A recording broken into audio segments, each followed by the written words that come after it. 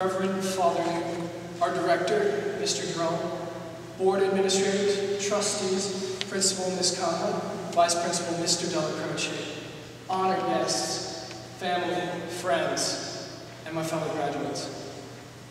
I once told myself that the most beautiful thing in the world is visible only to me. I would tell you what that means, but right now I have no idea. But maybe by the end of the speech I'll be able to. High school usually works like that. Do you guys remember those first moments when we walked down those halls? Do you remember getting lost in grade 9? And then again in grade 11 when they decided to introduce flip weeks? I despise flip weeks. And if you don't know what a flip week is, feel free to ask a graduate after the service. I'm sure they'll be delighted to tell you all about it. But do you guys remember struggling at your lockers or walking into the cafeteria, struggling to find that one familiar face that you know? But you know, that always worked out because in the end you made all those faces familiar. Life is nothing without moments, and moments are nothing without life. In high school, we learned to live life to the fullest. I mean, it was amazing to discover how much fun we could have. But for some reason, through all the excitement and through all the fun, we got older. Relationships started lasting longer. Friendships that normally would have broken up over the smallest of playground arguments were as solid as life itself. Why? What had the Catholic education system done for us? It's almost like the purpose of school is to teach you virtues. Things like wisdom, honor, and courage. Wisdom in grade 9 was discovering that binders actually have rings and your papers should go in the rings. And wisdom in grade 12 was actually having to understand what was on those papers. Honor in grade 9 was giving away that one piece of your lunch that you really didn't like to that kid who always forgot it. And then in grade 12 it became giving them that piece of your lunch that you actually enjoyed. Courage. Oh, I don't want to have an example for courage in grade 9. But in grade 12, courage would be standing up, not for what is popular, but for what you know to be right and just. Part of knowing you're right is being able to accept when you are wrong. And that is humility. And here is a very important lesson from high school. Teachers are always right.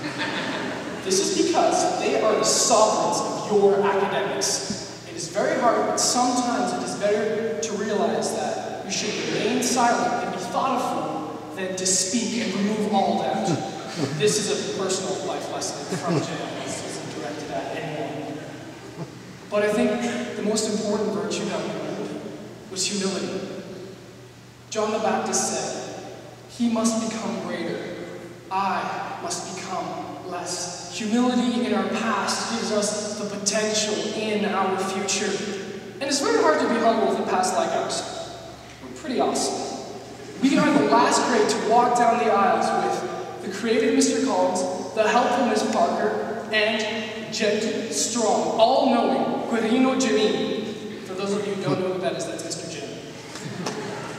But for those reasons alone, we should be considered the greatest grade, but it doesn't stop there. In our time, our school raised so much money for the Messiah for Africa campaign that Stephen Lewis himself had to come and visit us just to say how amazing we were. But even more stuff happened. We had all these guest speakers come in who told us about what it was like to be human, how to treat one another. We had Eva Wilson, who was a Holocaust survivor. And these graduates that you see in front of you, they lived through all of this. And as they rise to accept their awards, honors, and diplomas, I ask you to memorize each face. And this is because not only will they define the future, but they're going to be in your future. You will never be free of us, no matter how hard you try. And the reason for this is that high school has built the foundations for the rest of our lives. I mean, within high school, we have found the ability to be the greatest grade that anyone has ever seen. Any generation that comes after us is going to have a very hard time pushing us off the front covers of the history books. Right now, I could have told you about all the things we've done, all the places we've been, all the people we've met, but I'd much rather tell you about the people we will become. Our words fill the pages past, and our actions turn the pages to tomorrow. Because in our midst are CEOs, athletes, designers. We maybe have Nelson Mandela's, Mother Teresa's. We might even have another Gandhi for all I know. And this is because we are more than those lime green walls with which we were shaped. Because we learned the most important lesson of high school. The most important lesson of high school is the most beautiful thing in the world is visible only to you.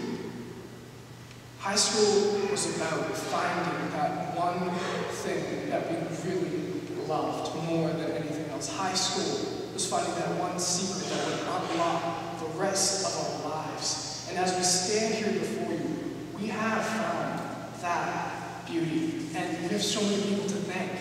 I would like to thank our teachers for enduring us, our parents for loving us, the Board of Education for continuing the tradition of Bishop MacDonald, but more importantly, I would like to thank my fellow classmates, my friends, for making these 4 years actually worth something. So let the words of Paul show us out. Do not let anyone look down on you because of your age, but set an example for the believers in speech, in life, in love, in faith, and in purity, because we are 2010 Celtics. Congratulations. God bless.